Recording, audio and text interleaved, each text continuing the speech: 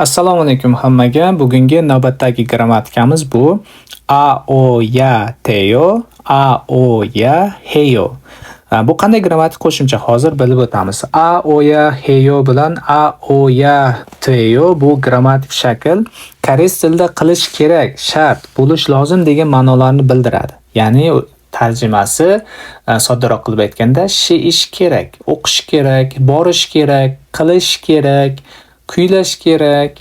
O'shanaqa narsa holatlarda ishlatiladi.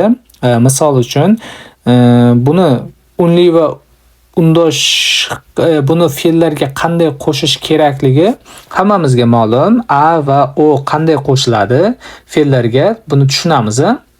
Juda ko'p hozirgi zamon, masalan, hozirgi zamon aochuda, aop poda hammasi qanday uslubda qo'shilayotgan bo'lsa, bu ham xuddi shunday uslubda qo'shiladi. Misollarga e'tibor berib, o'sha joyda tushunib olsangiz bo'ladi.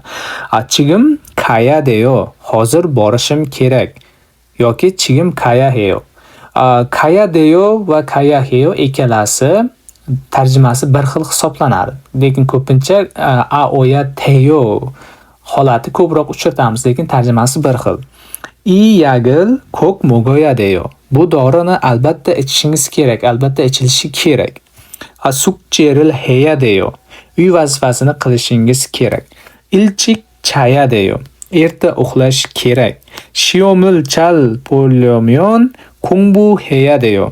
Imtihonni yaxshi topshirmoqchi bo'lsangiz, o'qishingiz kerak. O'shanday tarjima qilinadi. Demak, biz bu grammatik qo'shimchani ish kerak deb tarjima qilsak bo'lar ekan.